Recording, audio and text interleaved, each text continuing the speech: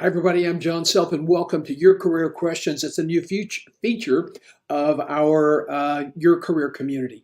We are building a community for people who care about their careers, who want to stay informed, and who may need some help in job searches. Today, we're going to be answering questions that have been submitted from people in our network and other people who have seen our broadcast or our streams in the past. And so, if you have any questions, you can submit them to info@johngself.com, info@johngself.com. And if you don't want your name used, just put confidential. If you also want to, and we're already getting some questions in on the chat function, so you can use that as well. If you don't want your name used, just let me know. And when they come in, we'll certainly want to protect your confidentiality. So very much appreciate you joining us. Now we have some more features coming up next week. We hope that you'll join us next week for. Let's hide that and let's show that. You have to be your own director when you're doing this stuff. It's sort of interesting.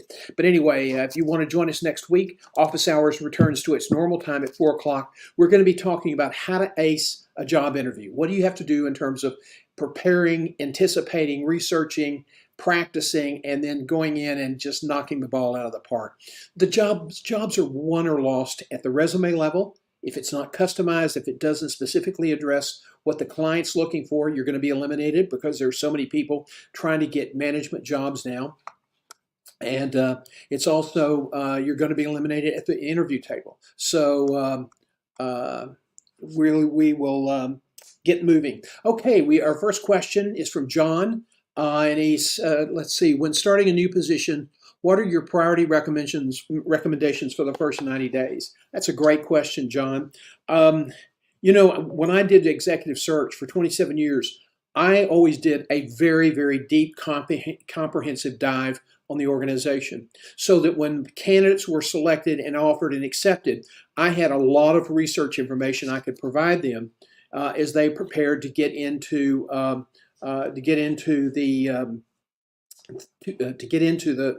the job.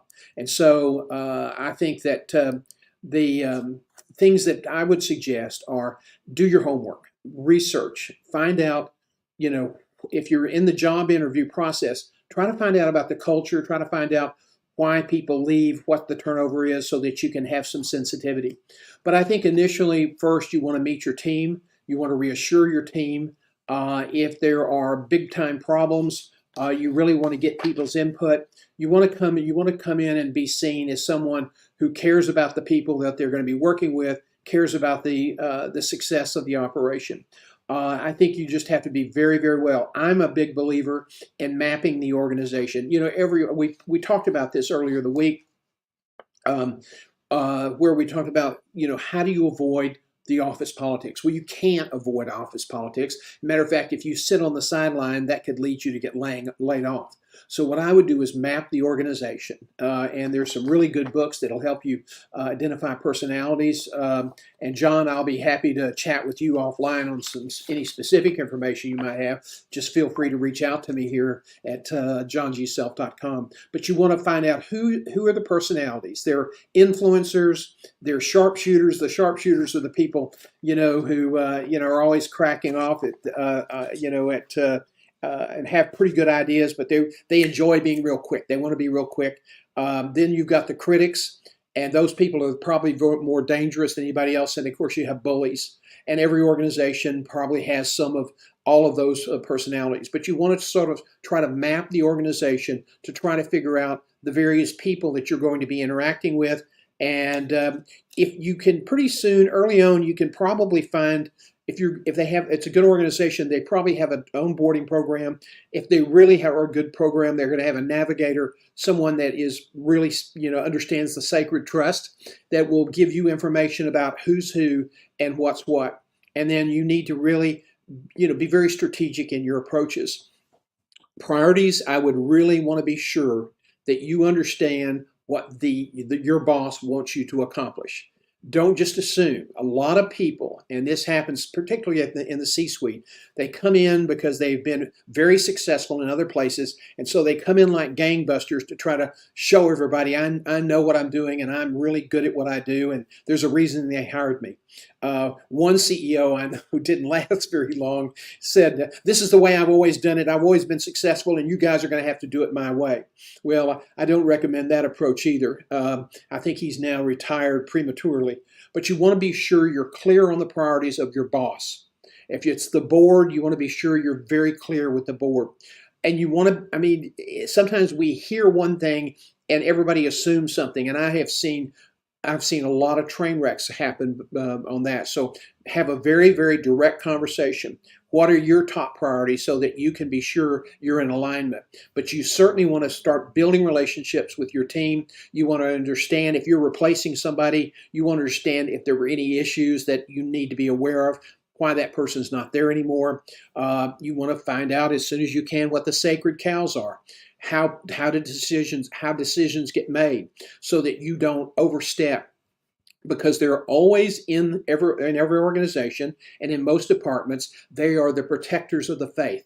People who think that they are endowed by God to be sure that the organization's mores and the organization's culture is protected, and some new hotshot coming in is not going to do it in a way that's not our way. So you want to be sure you identify who the personalities are. You want to identify the various role types.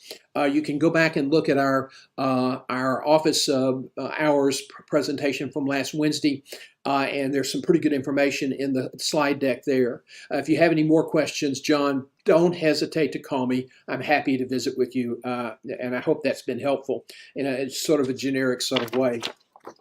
Let's see.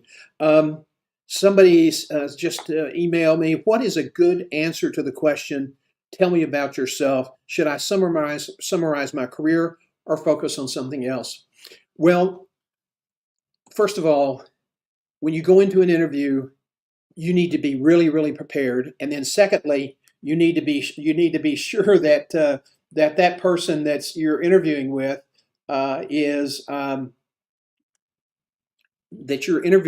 also prepared. And a lot of times you're going to be more prepared than some of the people that are doing the interviewing. You need to be sure that. I think that what I would do is that I would say, they have your resume, and you kind of hope that they've read it. Although I got to tell you, somebody the other day was interviewed, and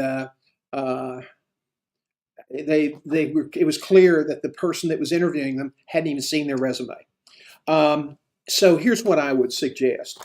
I would not summarize your career other than just very briefly, I'm here. You've seen my resume. I have a track record of success in a variety of different things. You want to be sure you have this answer prepared in advance, because it's a very common question. And then talk about what makes you unique and connect your unique value to the job that you are applying to. That's what I would do.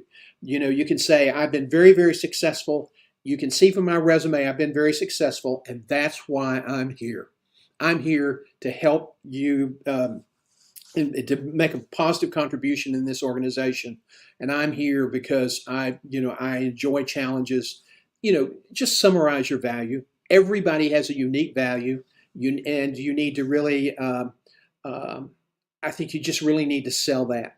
And that's one thing I would tell you. And it would start off, if you really nail that first answer, that's going to set the tone for the entire interview. But don't spend 5 or 10 minutes summarizing your resume. As a recruiter, that was almost like stop. I've got your resume. I've read it. I'm pretty comfortable with that.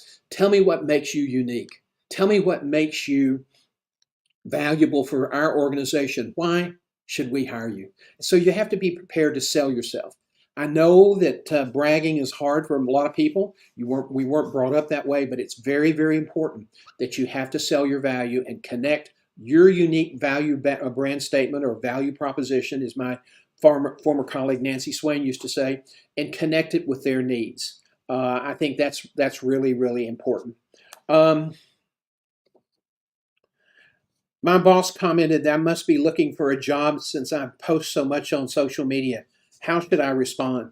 Well, I think I think you need to be careful what you do post on social media, especially if you're currently employed. Now, if you're looking for a job, you have to be visible on social media because there a lot of health systems and a lot of companies are doing their own recruiting now, and they use scanners to scan profiles on LinkedIn. And if you don't have a robust profile, or if you're not very active on LinkedIn, you probably won't get picked up. However, what you can do is post things that really emphasize the successes you've had with the organization, and put some stuff that's complimentary to the organization. That will pretty much can kind of provide you a buffer. You can just say, I'm really proud of the work we're doing here, and I want to share. I want to share our successes. I think I'm really proud of that. That's kind of an insulating answer you can give, and I would say that that would be a good way to start. But be careful about what you do post. You don't want to post things that would be a clear dead bang giveaway that you're looking for a job. Some organizations and some bosses are really funny. They should be very happy that if you're in demand in the marketplace, but they're not. And some people think it's a personal affront, and it's just lack of loyalty. And so you want to be very positive when you're posting. You want to talk about your successes. You want to talk about unique things the organization's doing, and give the organization enough credit so that it's not just about you. So that would be my general strategy on that. Okay, let's go through. That's a comment. The trolls are busy. I've seen a couple of job applications that required an answer to the question of my anticipated salary. How should I respond to avoid being unfairly eliminated? That's a great question, and it's something that happens all the time. Now, more and more states, California, New York are a couple of examples, require that the job salary range be posted. There are still a lot of HR people and recruiters that want to play games with the salary. I think it's a total bloody waste of time, because you don't need to be applying for jobs that are going to pay well below your pay grade. Anytime you're out there looking for a job, there's always a chance your current employer might suspect something, or somebody might say something. So you want to be very, very careful. So you don't want to take a risk applying for a job that you're not going to take because it's already paying you significantly below what you're making. And there are a lot of managers and executives that have allowed themselves to be trapped in that kind of silly game.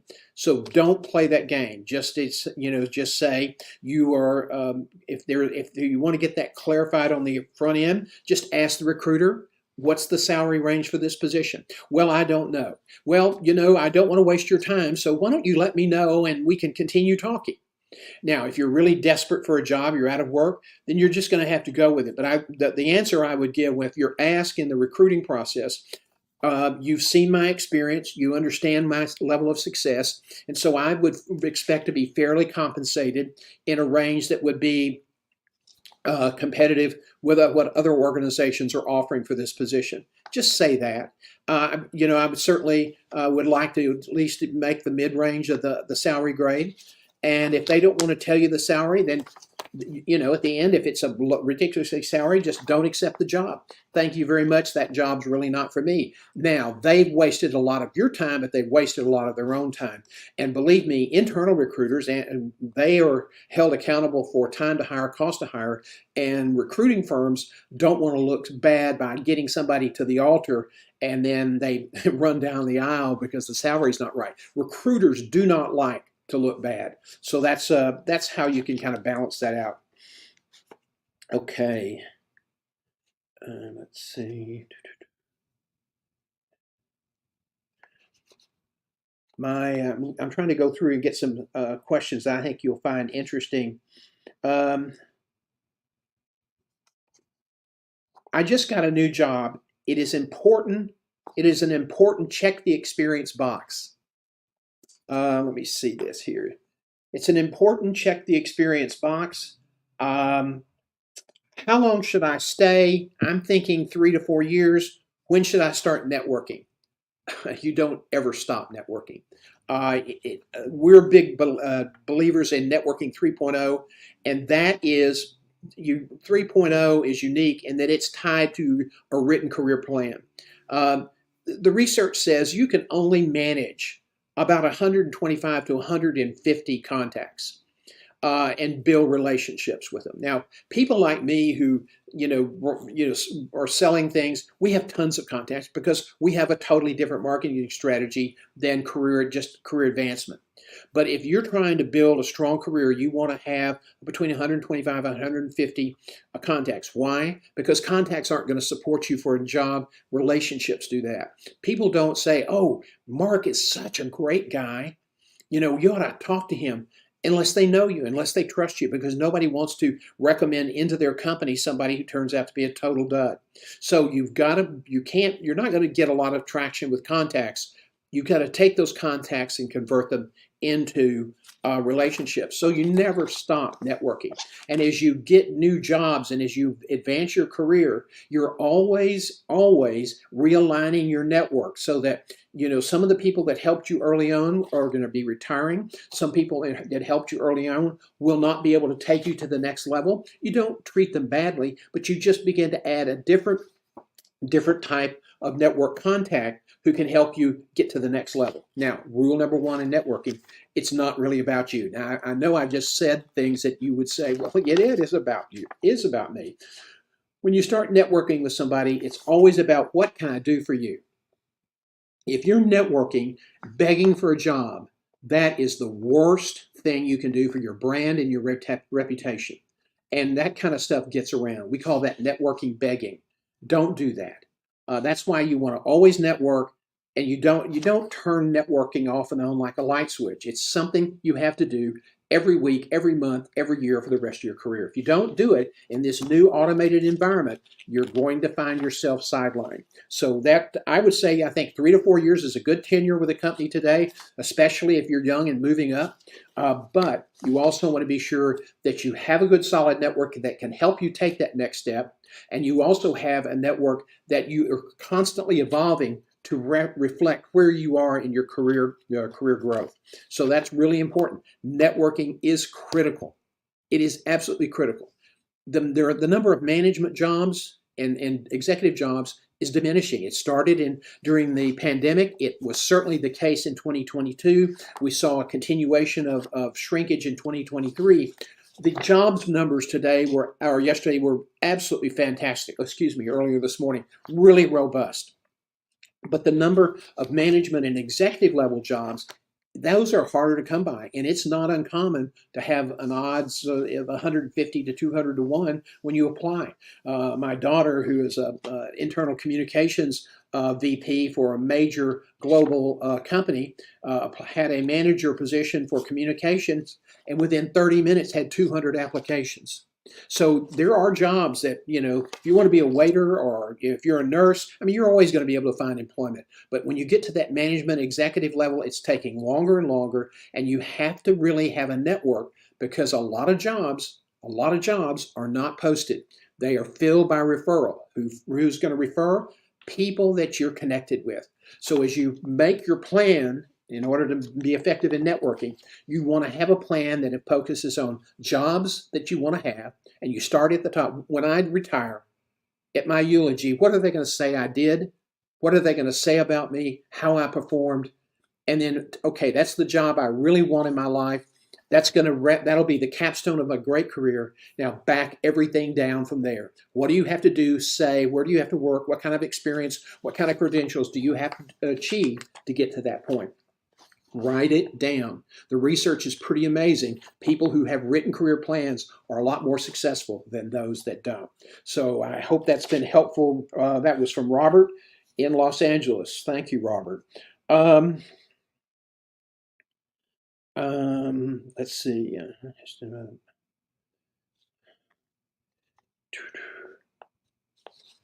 During a recent interview, the interviewer suddenly asked me to describe how my best friend would describe me. I was rattled since I really don't have a best friend in the classic sense. Is that an appropriate question? How should I respond? Well, those are behavior and values questions, and there's a lot of those things that come and go. But I would say that it is not an inappropriate question. And I would just say they're going to say, and just talk about your value, talk about your signature strengths. They're going to tell you blah, blah, blah. Everybody has 4 or 5 really great signature strengths that define your value and your value that's very unique. So just use those and put and deliver those in a very warm, reassuring way. They're going to say this, this, and this. They're going to say I'm loyal, that I'm very honest, that I'm very effective at getting the job done. Yeah, that's a good way to answer that.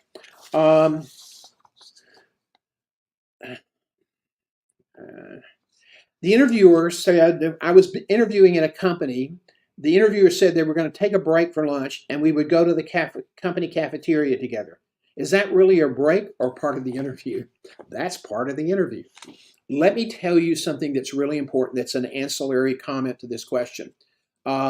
People sometimes will hear things in an interview and they kind of let their energy drop off. And then maybe after lunch, early afternoon, they'll find out that that was an error, but they've been to lunch with a lot of people and they were kind of quiet. You didn't have that level of energy, and yet that can that can hurt you in the interview process. When you go to work, go to lunch, you want to be engaging. You want to keep eye contact. You want to keep smiling. Why is all this important? It allows you to kind of bond with the interviewer in a social setting. People hire people that they like and trust. Okay? The most qualified person for a job only gets it about 30 to 35% of the time. So who gets the job? It's somebody who's qualified, but it's somebody that the interview team liked and trusted. And so that's what I would do. I would use that lunch setting to get to know them and ask them questions about themselves. Maybe, why do you enjoy working here? Share a little bit about your family, and hopefully they'll share about theirs. That's a good way to get people to talk, is to share a little bit more about yourself. I live in a small town. We are a 2-career family. This is from Roberta. I'm not going to say the town because that might give her away. I'm a nursing manager at the local hospital. My husband is a junior associate in a regional accounting firm. In the town's about 18,000. He was told he would make partner there if he was willing to put in the time, but there are no guarantees. Previous associates have left the firm because they got tired of waiting. I'm extremely unhappy in my career. My boss has been there for 10 years, is well liked by the CEO, even though she's an awful leader and plays favorites. Boy, I tell you, this is like Peyton Place. I feel a little like Cinderella having to deal with the arrogant, cruel, and marginally competent stepsisters. Wow, this person put a lot of thought into this email. I do not see any opportunities to advance there. I want to move on. There's an opportunity in the next community in the region, and would represent a big promotion, and I know people there, and they're encouraging me to apply, but my husband is digging in his heels. Well, a lot of couples run into these problems. Let me tell you, if you're an early careerist, if you're not married yet, and you find somebody that you think you want to spend your life with, okay, partner or a spouse, whatever, have the conversation about how your careers are going to evolve. Most people don't do it, and it can create some real friction in relationships, big time. So I would really have the conversation in advance. You can always, if the town's not too far away, you can always commute. And that's not ideal, but if you're in a bad situation and your husband absolutely is not going to want to relocate, and that happens with lawyers and bankers and accountants and other types of professions that you build a practice within a community, that's kind of tough. And so you really need to talk about, where do we want to be together? What kind of communities do we want to live in? And if his partnership say, look, if you don't I can commute for 3 years, but if you're not any closer to partnership in 3 years, I won't commute, I'll relocate, or we'll need to relocate. And see if you can work it through with something like that. A lot of times people promise their family or kids, I'm not going to move. You're in a town that if you lose your job, you're going to have to move. So don't allow yourself to get put in a box career-wise. Have the relationships. That's why I'm so keen on written career plans, because career planning is family planning. And you just need to approach it that way. You can create some real friction, and I've seen some divorces happen because of career conflicts. So I would sort of approach that carefully, respectfully, and with some compassion. How long should a job interview last? Well, sometimes on the telephone they're 30, maybe 40 minutes, sometimes a little bit shorter. If it's much shorter, then they decided you were clearly not the right person for them. And so just move on. Don't take it personally. Although if you're looking for a job and you're really, really, really anxious and worried, that is something that's hard not to take personally. But a side interview, when usually they're going to be 45 minutes to an hour. If you're at the C-suite or at the senior level, executive level, you're probably going to have 4 or 5 or 6 interviews in a day. Now, be very careful if you meet your boss for breakfast or something like that. Keep your presence, okay? I've heard several stories about people doing the interviews that would tell the waiter to screw up the order because they wanted to see how the applicant would react if they brought the wrong order. So just maintain your presence, your own stage. The other day I got frustrated when I was doing a live stream because the slides were messed up and the live stream service was really struggling. And so I just apologized and said, I'm sorry this happened. And then a friend called who was a former actor who is now a world-class financial advisor. He said, don't do that. Don't call attention to the issue. And he said, just keep your presence, plow through, and people probably won't even know it. Well, if you get in one of those situations, the food's not good or whatever, just say, I'm fine. I'm fine. I want this, our conversation is more important. If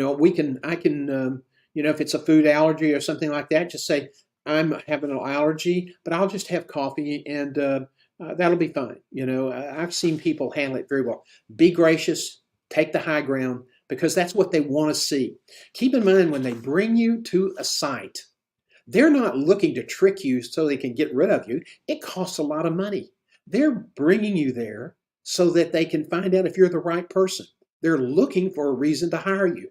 So give them one, okay?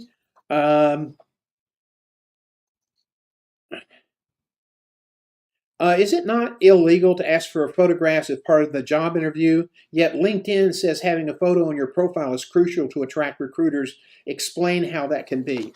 Well, the research on LinkedIn is very, very common. If you have a good personality, great professional headshot, you're more likely to get people to stop at your profile than a picture of a sunset or you and your dog.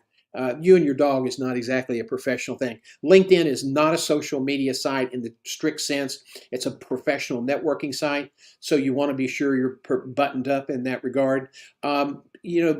Employers don't ask for photos because then if they don't pick you and you happen to be a minority, or if you're, from a foreign country, that just opens them up. That just, creates the opportunity to say, well, they discriminated against me because I was African American, I was Hispanic, I was white, I was Syrian, whatever. And so, that's why people don't ask for photos. Now, it's different when you do Skype or Zoom interviews. We used to record those things and show them to the clients for the applicants we were presenting to the board, and it really helped the board make the right decision. So, but technically, you're not asking for a photo. You won't hear that much anymore because it's just fraught with problems. Well, it's 11:30. I hope this has been helpful today. If you have questions, you can always reach me at info@johngself.com. If you have a bigger career issue and want to talk, go to our website at johngself.com. Go to the bottom of the website. There's a block that says Talk to John, and schedule a phone call or a Zoom call. And I'm happy to spend some time with you and help you, kind of work through some issues. I spent 27 years in executive search. Before that, I was on hospital operations and hospital business development for a number of years. And so I've interviewed a lot of people. I've seen a lot of crazy stuff, and I'm happy to help you in any way I can. So I hope this has been helpful to you today. We look forward to seeing you again next week at 11 a.m. for your career questions. Thanks, everybody. See ya.